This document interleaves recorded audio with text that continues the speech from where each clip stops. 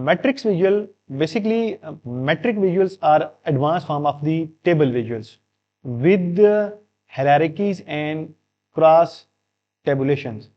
So when to use it? When pivot table like views with row, column, hierarchies and aggregations, scenario sales by region and product with subtotal or expenses by department and month.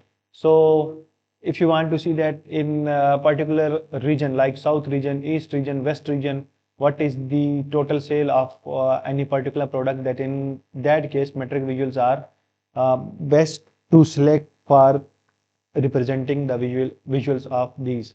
So labeling option for rows, hierarchical fields, and for column additional hierarchies, values, measure, and step layout.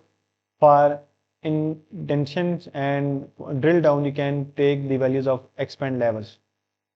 So now you can see that we have make a matrix visual here. So you can see that for rows we have taken the territory and city, and for columns we have taken the category, and for values we have taken the total sales and total sales of this region LY. So here you can see that this is the option of labeling option of the column, and this is the labeling option of the rows, and this is the values that we have taken in numbers form.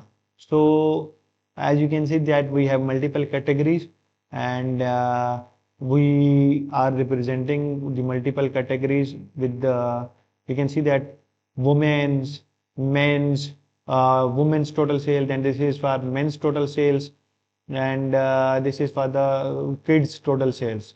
So this is how you can make and interpret the data set with the help of metric visuals.